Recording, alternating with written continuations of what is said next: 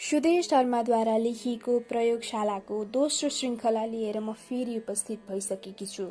पछिल्लो भिडियोमा हामीले दलहरूको संयुक्त विरोध, सुशील कोइरालाको खप्कीका साथै अन्य कारणले भारतीय राजदूत जयन्त प्रसाद दिल्लीतर्फ हानिएको र पछि फेरि नेपाली पक्षको अनुरोधमा जेठ 9 मा काठमाडौँ फर्किएकोसम्म कुरा गरेका थियौं। दोस्रो श्रृङ्खलाको वाचन पृष्ठ 10 बाट सुरु गर्दैछु। 11 प्रदेशको सहमति लागू नभएपछि नेपाली राजनीतिमा बढेको मतभेद कसैले सुल्झ्याउन सकेन। संघीयताको मुद्दामा आदिवासी जनजाति र मधेसका संघ संगठन दलहरू एक ठाउँ उभिए, आफ्नो राजनीतिक वजन बढाउने उद्देश्यले। पहिचानमा आधारित संघीयताको मुद्दाले उनीहरूलाई नजिक ल्याएको थियो। जनजाति मधेसी संयुक्त आन्दोलन होस् भन्नेमा माओवादी समेतको रणनीतिक रुचि थियो। प्रचण्डले आन्दोलनरत आदिवासी जनजाति मोर्चाका प्रतिनिधिहरूलाई आह्वान गरे।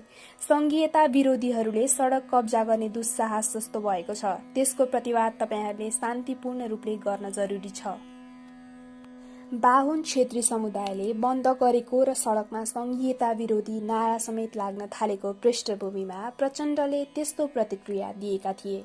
आदिवासी जनजाति संयुक्त संघर्ष समितिले जेठ 8 देखि 3 दिने नेपाल बन्दको घोषणा गर्यो। सरकारले जातीय पहिचान सहितको संघीयता स्वीकार्ने सैद्धान्तिक सहमति गरेपछि बन्द त 2 दिनमै फिर्ता लियो, तर त्यतिन्जेल जनजाति गैर जनजाति ध्रुवीकरण र तनाव यसरी भड्कियो, त्यस्तो सामाजिक विभाजन हामी कहाँ विरलै देखा परेको थियो।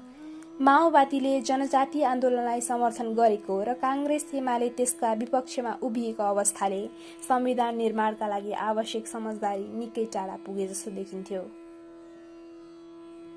त्यही बीचमा माओवादीले पहिचानमा आधारित संघीयताका पक्षमा संविधान सभाभित्रै ध्रुवीकरण गराए। उनीहरूको अग्रसरतामा कांग्रेस, एमाले, मधेसी दल र साना पार्टी समेतका गरी संविधान सभाका 320 सभासदले 11 प्रदेशको सहमति खारेजी र एकल जातीय आधारमा संघीयता हुनुपर्ने मागसहित हस्ताक्षर संकलन गरे। त्यसलाई जेठ 6 मा संविधान सभाको विवाद समाधान उपसमितिको संयोजक रहेका प्रचण्डलाई नै ज्ञापन पत्रका रूपमा बुझाइयो। तीमध्ये केहीले पछि आफ्नो हस्ताक्षर फिर्ता लिएको घोषणा गरे पनि संविधान सभा जातीय क्षेत्रीय आधारको संघीयता पक्षधरको स्पष्ट बहुमत देखियो। कांग्रेस एमालेका जनजाति मधेसी मूलका अरू सभासद पनि त्यो लाममा लाग्ने संकेतहरू देखिए। संविधान सभामा व्हिप नलाग्ने भएकाले त्यसको बैठक बोलाउँदा उनीहरूले आफ्नो दलको निर्देशन नमान्न पनि सक्थे। त्यसो हुँदा माओवादी मधेसी मोर्चाले अगुवाई गरेको संघीय मोडलका पक्षमा बहुमत जुट्ने मात्र होइन, कांग्रेस एमाले फुट्ने वा चोइटिने खतरा समेत थियो। त्यस्तो अवस्थामा संविधान सभाको बैठक बोलाउनु भनेको माओवादी मधेसी मोडलको संघीयता भएको संविधान जारी गर्नु हो भन्ने बुझाइ कांग्रेस एमालेमा हावी भयो। एमाले तर्फबाट चुनिएका सभाध्यक्ष सुवास नेमाङले आग्रह गर्दा पनि संविधान सभा बैठक बोलाउनै नमानेको प्रधानमन्त्री बाबुराम भट्टराईले आरोप लगाए। सहमतिको सम्भावना क्षीण हुँदै गएपछि सरकारले संविधान सभाको म्याद 3 महिना थप्ने गरी अन्तरिम संविधान संशोधन गर्ने प्रस्ताव जेठ 9 मा संसदमा दर्ता गर्यो।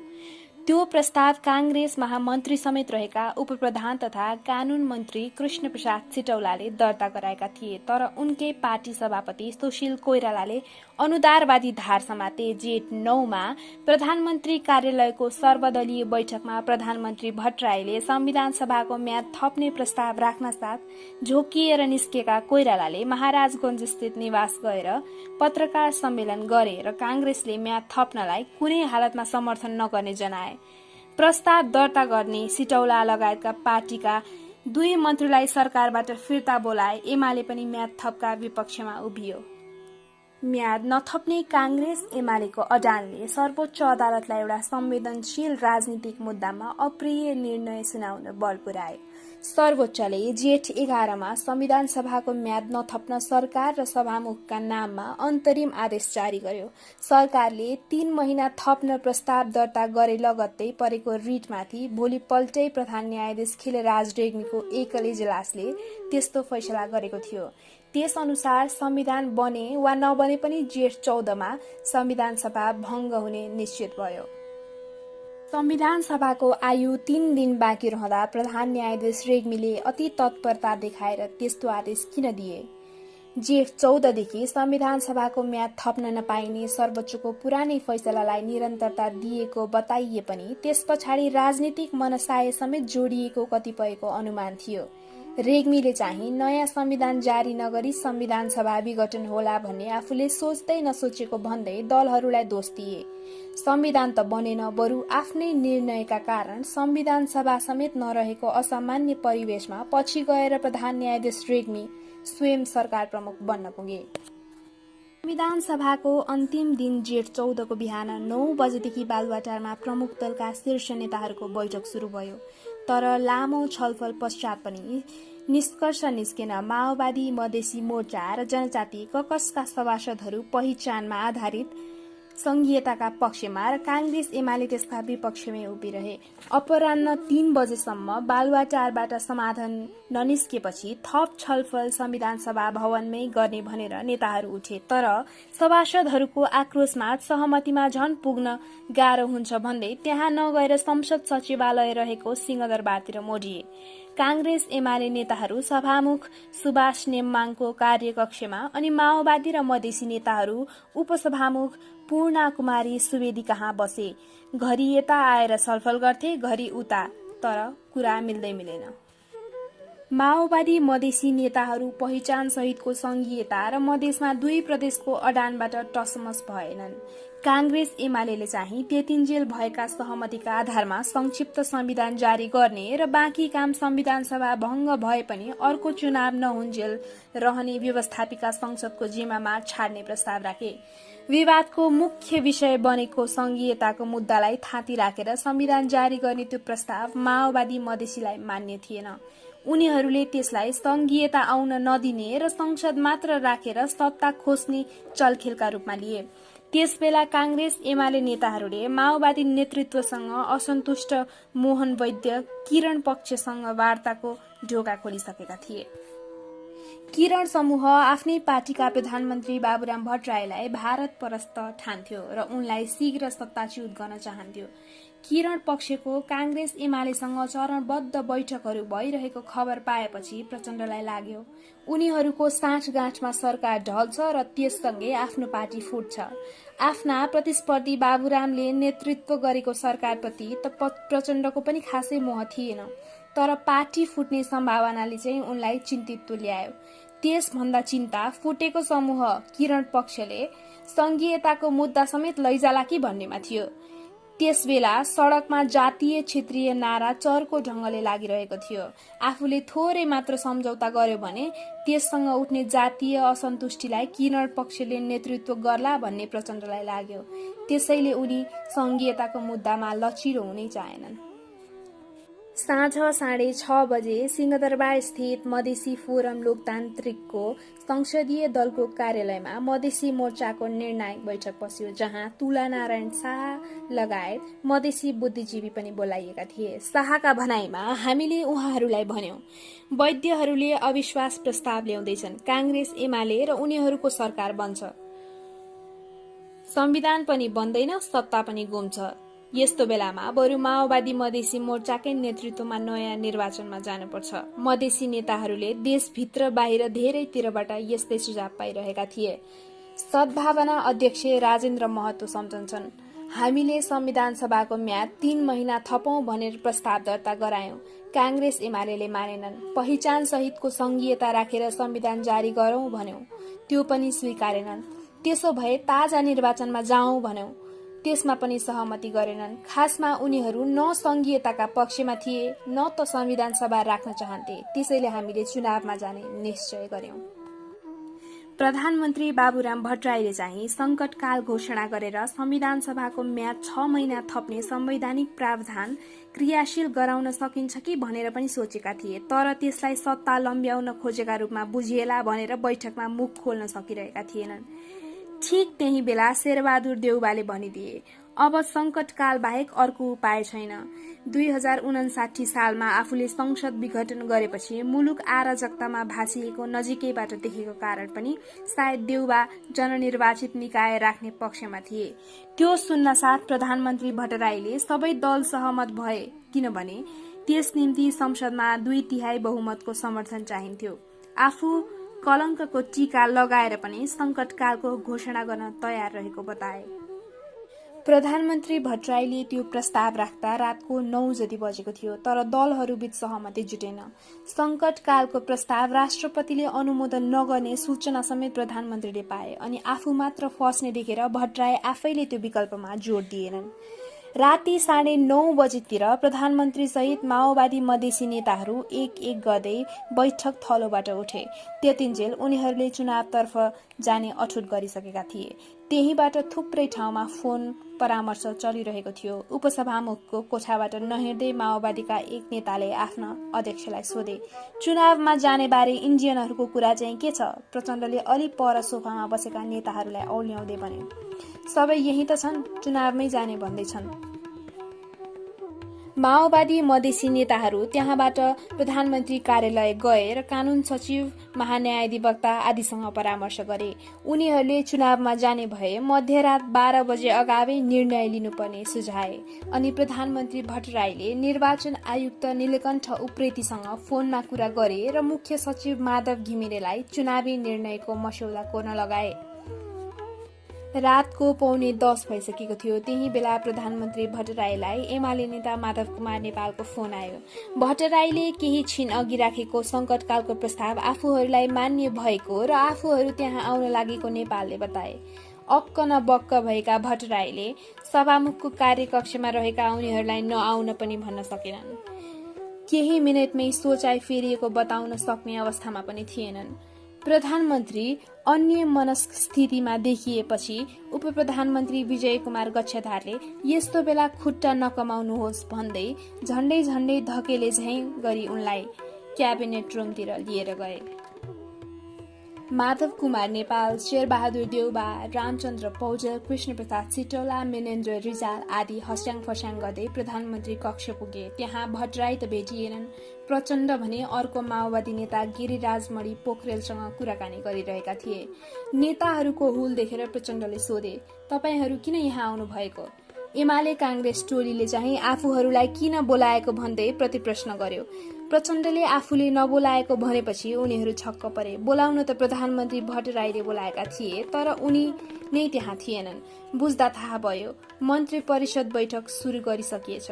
उनीहरूले त्यही भेटिएकी प्रधानमन्त्री पत्नी हेसिला यामीलाई अनुरोध गरे भट्टराई समक्ष खबर पुर्याउन, तर भट्टराई क्याबिनेटबाट फर्केनन्। बरु हेसिला पनि बेपत्ता भए। संविधान सभाको म्याद सकिन करिब 2 घण्टा मात्र बाँकी थियो। सरकारको रवैयाबाट रणभुल्लोमा परेका कांग्रेस एमाले नेताहरू मुरमुरिँदै बाहिर निस्किए। माओवादी मधेसी चाहिँ पहिचानमा आधारित संघीयता नमान्ने कांग्रेस एमाले नेताहरूसँग सहमतिको बिन्दु नै बाँकी नरहेको निष्कर्ष निकालेर अर्को विकल्पतर्फ लागिसकेका थिए। रातको 10 बज्न लागेको थियो। के हुन्छ भन्ने अन्यल निकै बढेपछि मैले काठमाडौँमा कार्यरत एक भारतीय इन्टेलिजेन्स अफिसरलाई एसएमएस गरेँ। संविधान सभाको सम्भावना अझै छ कि अब चुनाव नै हो? उनले तुरन्त जवाफ फर्काए, मङ्सिर 7 मा चुनावको कुरा छ। कहिले जवाफै नफर्काउने, कहिले निकै ढिलो फर्काउने उनले यसपटक झट्टै नेपाली मिति नै तोकिदिँदा म छक्क परे। सोधे, हल्ला हो कि सूचना? 7 मङ्सिर 22 नोभेम्बर बिहीबारलाई चुनावी तिथि तोक्न क्याबिनेट बस्दैछ। उनले ठोकुवा नै गरे। नेपाली र अंग्रेजी दुवै मिति बार समेत लेखेर मलाई सबै थाहा छ, कति कोरिरहन्छस्, कति केरिरहन्छस् भन्ने किसिमले सन्देश पठाए। लगत्तै अर्को सन्देश आयो। क्याबिनेट बैठकपछि थप स्पष्ट पार्न राष्ट्रलाई पीएमको सम्बोधन। संविधान सभा भङ्ग हुँदैछ र हामी नयाँ निर्वाचनतर्फ जाँदैछौँ भन्ने घोषणा नहुँदै विदेशी गुप्तचर अधिकृत सुसूचित भइसकेका थिए। उनलाई त्यो सूचना दिइएको थियो वा उनीहरूले दिएको सुझाव अनुसारै चुनाव मिति तोकिएको थियो? मेरो जिज्ञासा बढ्यो। अर्थमन्त्री वर्षमान पुनलाई फोन गरे। मन्त्रीज्यू के हुँदैछ? चुनावको कुरा सुनिन्छ नि? उनले भने, हो, अब त हामीसँग अरू विकल्पै रहेन, ताजा निर्वाचनमा जानुपर्ने भयो। तर तपाईँले कहाँबाट थाहा पाउनुभयो? यहाँ त भर्खर क्याबिनेट बस्न लाग्दैछ। मैले भनिदिएँ, हल्ला चल्दै थियो, त्यही भएर सोधेको। नेपाली राजनीतिमा हल्ला यति चलिरहन्छ कि कहिलेकाहीँ यो शब्द राम्रै बहाना बनिदिन्छ। चुनावको सूचना पुष्टि भएपछि राति 10:30 नागेको मात्र थियो, मैले त्यसलाई ट्विट गरिदिएँ। त्यो ताजा सूचना सोसियल नेटवर्कहरूमा सल्किहाल्यो। भारतीय अधिकारीको अर्को मेसेज आइसकेछ मोबाइलमा। नेपाली राजनीतिमा जब सङ्कट छाउँछ उनीहरू जस्ताको व्यस्तता राति पनि बढ्छ। त्यस दिन पनि त्यस्तै देखिन्थ्यो। उनले लेखेका थिए, सङ्कटकालमा सहमति भएन। माओवादी र मधेसी मोर्चाले सङ्कटकाल लगाउनका लागि काङ्ग्रेस एमाले दिएको सुझाव मानेनन्, चुनावको पक्ष लिए। सायद त्यो सही सूचना थियो। सरकारले चाहेको भए सङ्कटकाल लगाएर संविधान सभाको म्याद थप्न सम्भव थियो। उनले थपे, माओ मोर्चाले ठाने त्यसरी जाँदा सरकार अलोकप्रिय हुन्छ। फेरि थपे, सरकारलाई चेपुवामा पार्ने र बदनाम गर्ने बाटो। सबै कुरा छर्लङ्ग भइसकेको थियो। मैले बुझेँ, धन्यवाद भनेर संवाद टुङ्ग्याएँ। मलाई भ्रम थियो। देशको सबभन्दा चल्ने अखबारको सम्पादक भएका नाताले सूचनामा अरूभन्दा बढी पहुँच हुन्छ। तर वास्तविकता के छ भने हाम्रा नेता, मन्त्री र कहिलेकाहीँ त प्रधानमन्त्रीले गर्ने निर्णय समेत उनीहरूभन्दा पहिले नै अरूले नै थाहा पाउँछन्, अनि मात्र सम्बन्धितहरू सूचित हुन्छन्। रले नेपालको राजनीतिक घटनाक्रमतर्फ पल पल आँखा कान लगाइरहेको थियो। जेठ 14 को मध्यरात संविधान सभा विघटन गर्ने र चुनाव घोषणा गर्ने बारे पनि थुप्रै मन्त्री र नेताहरूभन्दा पहिले मैले सम्पर्क गरेका भारतीय अधिकारीलाई थाहा थियो। उनी जे भन्दै थिए सरकारले ठ्याक्कै त्यही गर्यो। प्रधानमन्त्री भट्टराई सङ्कटकाल लगाएर म्याद थप्ने होइन, संविधान सभा विघटन गरेर निर्वाचन घोषणा गर्नेतिर लागे। उप प्रधानमन्त्री ईश्वर पोखरेल लगायत एमाले तर्फका मन्त्रीहरूले त्यो निर्णयप्रति असहमति जनाए पनि खासै अर्थ रहेन। मन्त्री परिषदबाट नयाँ निर्वाचनको निर्णय गरेर जेठ 14 को मध्यरात मन्त्रीहरूको दलबल लिई प्रधानमन्त्री भट्टराई शीतल निवास पुगे। मन्त्रीहरूलाई अर्को कोठामा राखेर पत्नी हिसिला र मुख्य सचिव माधव घिमिरेलाई लिई उनी राष्ट्रपति रामवरण यादवको भित्री बैठक कक्ष पुगे। त्यो कोठा नम्बर 8 भित्र केही बेर तनाव जस्तै भयो। मुख्य सचिव घिमिरेको हातमा मन्त्री परिषदले गरेको चुनावी निर्णयको सीलबन्दी पत्र थियो। प्रधानमन्त्री त्यो पत्र बुझाउन भन्थे। राष्ट्रपति चाहिँ आफ्नो कार्यालयका सचिव वामन प्रसाद नेउपानेलाई नबुझ्न संकेत गर्थे। वास्तवमा संविधान सभा जीवित छँदै र प्रधानमन्त्री संसद सदस्य रहँदै नयाँ निर्वाचनको सिफारिस आउला भन्ने राष्ट्रपति कार्यालयले सोचेकै थिएन।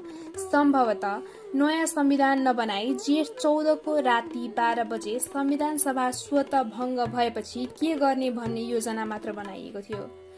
भट्टराईले चाहिँ संसदको बहुमत प्राप्त प्रधानमन्त्रीका हैसियतमा 12 बजे अगावै चुनावी निर्णय कार्यान्वयन गराउन खोजेका थिए, ताकि आफ्नो हात माथि परोस्।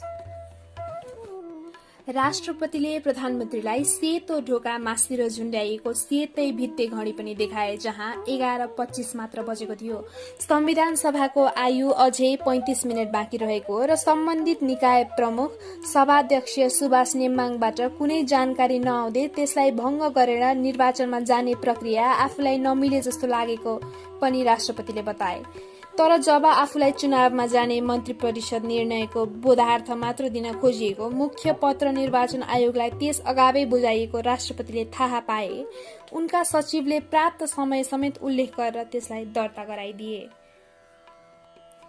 बस प्रधानमन्त्रीलाई चाहिएको त्यति थियो। शीतल निवासबाट उनी सोझै बालुवाटार पुगे र राति 11:50 बजे पत्रकार सम्मेलन गरेर सर्वोच्च अदालतको फैसला अनुसार आफूले संविधान सभाको नयाँ निर्वाचन घोषणा गरेको जानकारी दिए। सर्वोच्चले 2068 मङ्सिर 9 मा जनमत संग्रह वा अर्को संविधान सभाको निर्वाचन वा संविधान बमोजिम अन्य उपयुक्त प्रबन्ध मिलाउन विपक्षी संविधान सभाका अध्यक्ष तथा नेपाल सरकार प्रधानमन्त्री तथा मन्त्री परिषदको कार्यालयका नाममा आदेश जारी गरेको थियो। भलै प्रधानमन्त्रीले ती विकल्प लागू गर्दा संविधान भित्रबाटै समाधान खोज्ने कुनै प्रयास गरेनन्, न त संविधान सभाका अध्यक्षको राय लिए। मौजूदा संविधान सभाको आयु करिब 1 घण्टा बाँकी छँदै उनले सत्ता सहयात्री दलहरूसँग समेत परामर्श नगरी खुस्रुक्क चुनावमा जाने निर्णय लिए, संसदको मध्यावधि निर्वाचनमा गए जसरी। प्रधानमन्त्री भट्टराई जेठ 14 को बिहान पनि राष्ट्रपति यादवलाई भेट्न गएका थिए। भेटमा उनले अन्य कुराका अतिरिक्त संकेत के दिए भने उस्तै परे निर्वाचनमा पनि जानुपर्ने हुन्छ। राष्ट्रपतिलाई त्यसले पिरोल्यो। केही उपाय नदेखेपछि उनले अन्तिम अस्त्र प्रयोग गरे। पहिले उनले भारतीय राजदूत जयन्त प्रसादलाई आग्रह गरे, मधेसी दलहरूलाई सम्झाइदिनु पर्यो। संघीयताका बाँकी कुरा रूपान्तरित संसदले मिलाउने गरी संविधान जारी गर्ने वातावरण बनाइदिन उनको आग्रह दियो। मधेसी दलहरूले त्यस्तो सुझाव मान्छन् भन्नेमा आफू विश्वस्त नरहेको राजदूतले बताए। जयन्त मधेसी दलहरूलाई प्याम्पर्ड चाइल्ड भन्ने गर्थे, अर्थात् त्यस्तो लाडे बच्चा जसले बेला बखत आफ्नै आमा बुवाकै कुरा पनि मान्दैनन्। राजदूतले टार्न खोजे जस्तो आवाज भएपछि राष्ट्रपति यादवको भनाइ थियो, म नेपालको राष्ट्राध्यक्षका हैसियतमा मित्र राष्ट्रलाई अनुरोध गर्दैछु, यति सहयोग गरिदिनु पर्यो, यो सन्देश दिल्ली पुर्याइदिनुहोस्। त्यसपछि जयन्तले नेपाल मामिला हेर्ने राष्ट्रिय सुरक्षा सल्लाहकार शिवशंकर मेननलाई सम्पर्क गरेर सबै वृत्तान्त बताए। अनि मेननले दिएको सुझाव अनुसार मधेसी नेताहरूसँग सम्पर्क गरे र औपचारिक सन्देश सुनाए। तपाईहरूको देशका राष्ट्रपतिको भनाइ यो छ कि तपाईहरूले संघीयता पछाडि लागू गर्ने गरी अहिलेलाई संविधान जारी गर्न मानिदिनु पर्यो। यसमा भारतको भन्नु केही नरहेको, आफै निर्णय गरे हुने पनि जयन्तले बताए। त्यति ठाउँ पाएपछि मधेसी नेताहरूले दिल्ली हुँदै आएको राष्ट्रपतिको सन्देशलाई मतलबै गरेनन्। पत्रकार प्रशान्त झाका अनुसार यदि नयाँ दिल्लीले यो वा त्यो पक्षलाई दबाब दिन सम्पूर्ण सामर्थ्य लगाएको थियो भने नेपालले संविधान पाउन सक्थ्यो, तर त्यस्तो संविधान नेपाली जनताको ठूलो हिस्सालाई स्वीकार्य नहुने निष्कर्ष निकालेर उसले त्यसो गरेन। त्यो ठूलो हिस्सा आदिवासी जनजाति समुदाय बाहेक मूलतः मधेससँग सम्बन्धित थियो, जहाँ 2वटा प्रदेश सुनिश्चित नहुँदा संविधान किन चाहियो भन्ने तर्क उसबेला प्रभावी बन्यो। तराईमा सकभर एक प्रदेश होस् नत्र बढीमा 2वटा मात्र, मधेस र थारूवान बनुन् भन्ने चाहना राख्नुमा मधेसी दलहरूका आफ्नै कारण थिए। भारतले पनि दोस्रो जनआन्दोलन पश्चात मधेसलाई नेपाल नीतिको सबभन्दा महत्वपूर्ण मुद्दा बनाएको थियो। तराईको विशाल भूखण्डमा एउटा वा 2वटा मात्र प्रदेश बन्दा र पहाड हिमालमा चाहिँ थुप्रै ससाना प्रदेश अस्तित्वमा आउँदा नेपालको केन्द्रीय सत्तामा निर्णायक हैसियत आफूसँग सिमाना जोडिएको मधेस प्रदेशको हुने दिल्लीले देख्यो। नेपालको नीति निर्माण गर्ने तहमा मुख्यतः मध्य पहाडी क्षेत्र र त्यहाँका बासिन्दाको वर्चस्व रहँदै आएकामा प्रभावशाली मधेस प्रदेश बन्न साथ त्यो शक्ति स्वतः त्यता स्थानान्तरण हुने पनि ठानियो। पूर्व पश्चिम फैलिएको विशाल मधेस प्रदेश नेपालका पहाड र राजधानीसँग भारतको एक किसिमको बफर क्षेत्र पनि बन्न सक्थ्यो। जब संविधान सभाबाट मधेसमा 2वटा प्रदेश समेत नबन्ने निश्चित भयो, त्यस्तो अवस्थामा त्यस्तो सभा वा त्यसबाट बन्ने संविधानकै औचित्य देखिएन, बरु नयाँ निर्वाचनमा जाँदा 2 प्रदेशको सम्भावना रहने ठानियो। दिल्लीको अर्को चाहना माओवादी मधेसी गठबन्धन सत्ताले निरन्तरता पाओस् भन्ने पनि थियो, जसमा आफू अनुकूल थुप्रै नेताले महत्वपूर्ण मन्त्रालय पाएका थिए। स्वयं बाबुराम भट्टराई तत्कालीन परिवेशका प्रिय प्रधानमन्त्री थिए। संविधान सभा वा संसद बाँकी रहँदा सरकार परिवर्तनको सम्भावना प्रबल थियो। त्यस विपरीत संविधान सभा विघटन त्यस्तो मोड हुन सक्थ्यो जसले तीव्र सैद्धान्तिक विवाद उत्पन्न गरेर माओवादीलाई विभाजनमा पुर्याउँथ्यो। त्यसो हुँदा भारत विरोधी नारा लगाइरहेको किरण पक्ष अलग्गिने, प्रचण्डले विगतमा चाहिँ किरणसँग गठजोड गरेर बाबुरामलाई एक्ल्याउने सम्भावना नरहने र अन्ततः माओवादी भारत मैत्री राजनीतिक शक्तिमा परिणत हुने ठानियो। संविधान सभा विघटनपछि माओवादी पार्टी त्यही दिशातर्फ उन्मुख भयो। 12 बुँदे समझदारीबाट सुरु भएको नेपालको राजनीतिक रूपान्तरणका 2वटा मुख्य पाटा थिए, शान्ति प्रक्रिया र संविधान निर्माण। भारतीय पक्षले माओवादीलाई निशस्त्र पार्ने, लडाकु व्यवस्थापन गर्ने लगायत शान्ति प्रक्रियामा विशेष जोड दिए पनि संविधान निर्माणको विषयलाई अपेक्षित प्राथमिकतामा राखेको देखिँदैन थियो। दिल्लीबाट सरकारवाला सबैबाट एउटै सन्देश आउँथ्यो, शान्ति प्रक्रिया सकेर निर्वाचनमा जानुपर्छ। भारतीय गृहमन्त्री पी चिदम्बरले 2068 साउन 11मा दिल्लीको नर्थ ब्लक स्थित आफ्नो कार्यकक्षमा यो पंक्तिकार सहित नेपाली सम्पादकहरूको एउटा टोलीसँग अन्तर्क्रिया गर्दा व्यवस्थापिका संसद संविधान सभाबाट निर्वाचित तत्कालीन सरकारलाई काम चलाऊ भन्दै शीघ्र चुनावको आह्वान गरेका थिए। दुर्भाग्य, नेपालले धेरै महिनादेखि काम चलाऊ प्रकृतिको सरकार मात्र पाएको छ, जसको मुख्य ध्यान शासकीय मामिलाका काम भन्दा संवैधानिक मुद्दा सुल्झाउने तर्फ बढ़ी गएको छ। चिदम्बरले नयाँ निर्वाचित सरकारमा जोड़ दिँदै भनेका थिए, नयाँ संविधान नबन्दै निर्वाचनको कुरा अमिल्दो थियो, लागेको थियो। नेपालको प्राविधिक प्रक्रिया नबुझेर भारतीय गृहमन्त्रीले त्यस्तो टिप्पणी गरेका होलान्। होइन रहेछ, बुझेरै भनिएको रहेछ। भारतीय राजदूत राकेश सुदले त प्रस्तावै राखे, संविधान सभाले 2067 जेठ 14मा निर्धारित 2 वर्ष समयावधि पूरा गर्न लाग्दा त्यसपछि म्याद नथप्न, संविधान सभा भंग गर्न, चुनावमा जान र माओवादीको सबभन्दा ठूलो दलको हैसियत समाप्त पार्न उनले लबिङ समेत गरेका थिए। प्रधानमन्त्री माधव कुमार नेपाल र राष्ट्रपति रामवरण यादवले त्यस्तो आत्मघाती सुझाव स्वीकार नगरेका कारण त्यसबेला त्यो सम्भव भएन। आफ्नो योजना कार्यान्वयन गर्न नपाउँदै सुद काठमाडौँबाट पेरिस सरुवा भए। ठाडो स्वभावका उनले यहाँ रहँदा भारतीय छविलाई आघात पुर्याउने थुप्रै अकूटनीतिक हरकत गरेका थिए, जसलाई सच्याउने ढंगबाट दिल्लीले फरक व्यक्तित्वका जयन्त प्रसादलाई नयाँ राजदूतका रूपमा पठायो। नेपालमा राजदूत रहिसकेका समाजवादी प्रोफेसर विमल प्रसादका पुत्र जयन्तले सुदले चाहिँ संविधान सभा विरुद्ध लबिङ गरेको देखिएन, तर संयोगवश उनकै पालामा यो विघटित भयो र माओवादी पार्टी पनि टुक्रियो। कतिपयले शंका गरे, पात्र बदलिए पनि नीति उही रहेछ। सँगै एउटा षड्यन्त्रको सिद्धान्त खूब प्रचारित भयो, अर्थात भारत चीन मिलेरै संविधान सभा भंग गराए। त्यसको पुष्टि त भएन, तर संविधान सभा विघटन पछाडि उनीहरू दुवैको फरक मत संयोगवश मिले जस्तो देखिन्थ्यो। भारत मधेसमा 2वटा प्रदेश सहितको संघीयता चाहन्थ्यो भने चीन चाहिँ आफ्नो संवेदनशील तिब्बती क्षेत्र जोडिएको नेपालमा जातीय क्षेत्रीयतामा आधारित प्रदेशहरू नबनुन् भन्नेमा थियो। खास गरी पूर्वदेखि पश्चिमसम्म फैलिएको ठूलो मधेस प्रदेश र पहाडमा एकल जातीयतामा आधारित प्रदेशहरू नेपालको दीर्घकालीन हितमा नहुने राय चिनिया दूतहरूले बेलाबखत दिएका थिए। संविधान सभाको अन्तिम दिन सबभन्दा बिजोग सभासदहरूको थियो, जो नयाँ बानेश्वर स्थित संविधान सभा भवनमा बैठक हुन्छ भनेर बिहानैदेखि जम्मा भएका थिए। संविधान सभाको भविष्य निर्धारण कसले गर्दैछ, कहाँ गर्दैछ, के हुँदैछ, सभासदहरूलाई नै अत्तो पत्तो थिएन।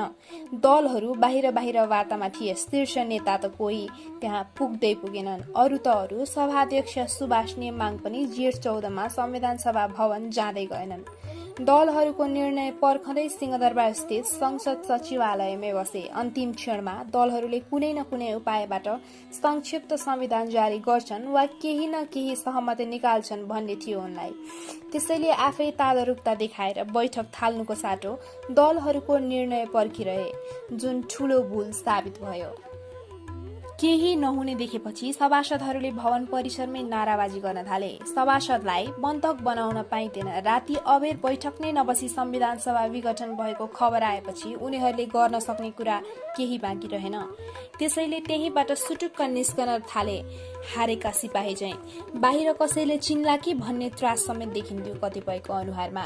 केहीले त छातीमा टाँसेको सभासदको लोगो पनि झिके। उनीहरूलाई संविधान सभा विघटन भएको औपचारिक जानकारी समेत दिइएन।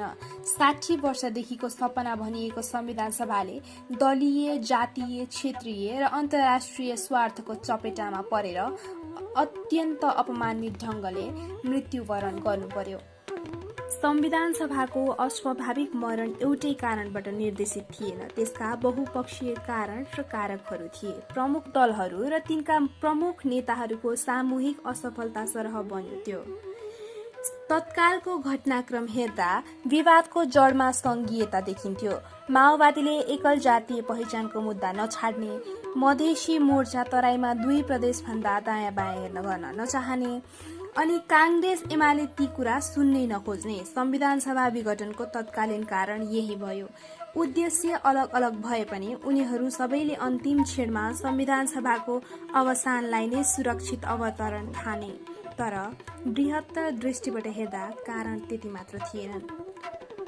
सङ्घीयताले देश टुक्र्याउँछ भन्दै त्यसलाई ठाडै निषेध गर्ने परम्परागत प्रवृत्ति छँदै थियो। त्यस्तो मान्यता राख्नेहरू खास गरी एमाले र काङ्ग्रेसमा प्रशस्त थिए। त्यसरी सोच्नेहरू सङ्घीयता रोक्न पनि संविधान सभाको विघटन चाहन्थे।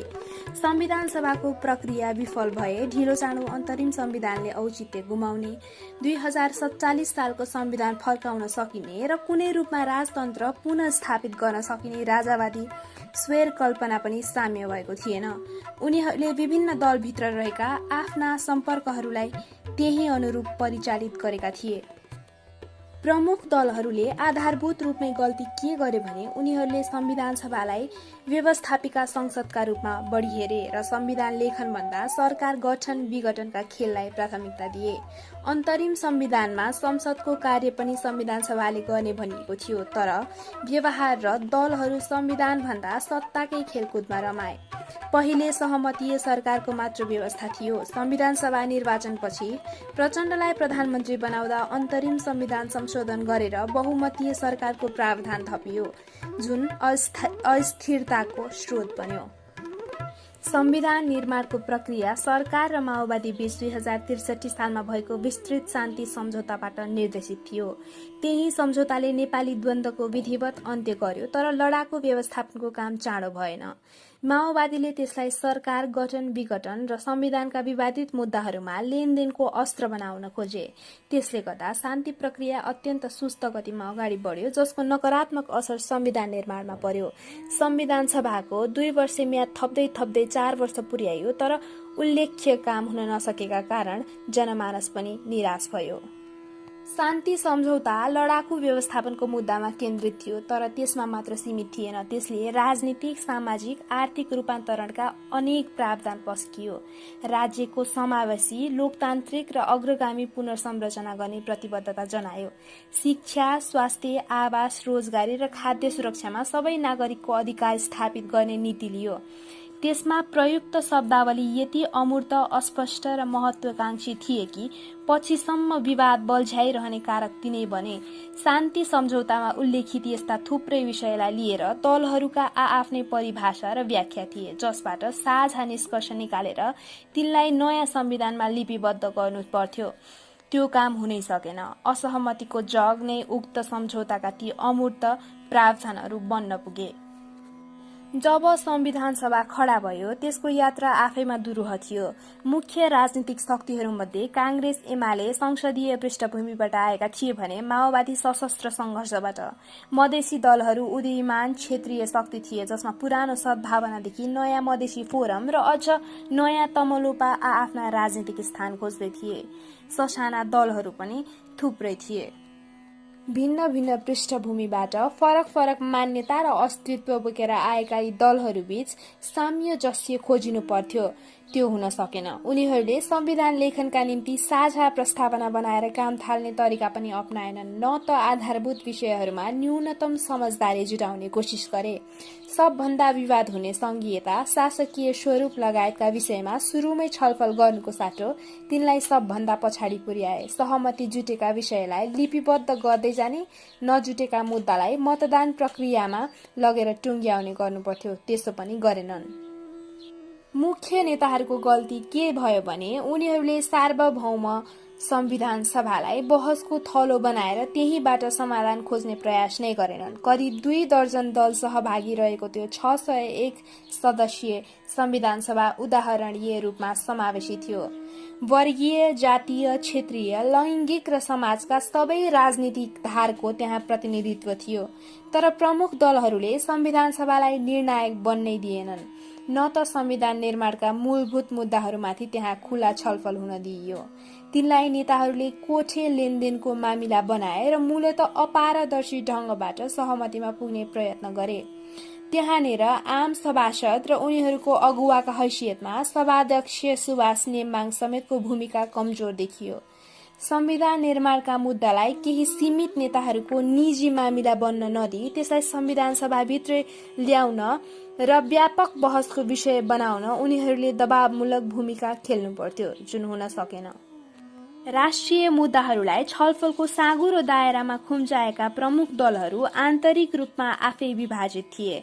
संविधान सभाको प्रक्रियालाई नेतृत्व दिन सक्ने राष्ट्रिय व्यक्तित्व पनि भएन। शान्ति सम्झौतामा हस्ताक्षर गरेका दुई नेता मध्ये गिरिजाप्रसाद कोइराला बितिसकेका थिए भने प्रचण्डले अरूहरू र आफ्नै कारण समेत पहिले भन्दा निर्णयाधिकार गुमाएका थिए। त्यसैले अन्तिम क्षणमा संविधान सभा र त्यसका उपलब्धि जोगाउने भूमिका खेल्नै सकेनन्।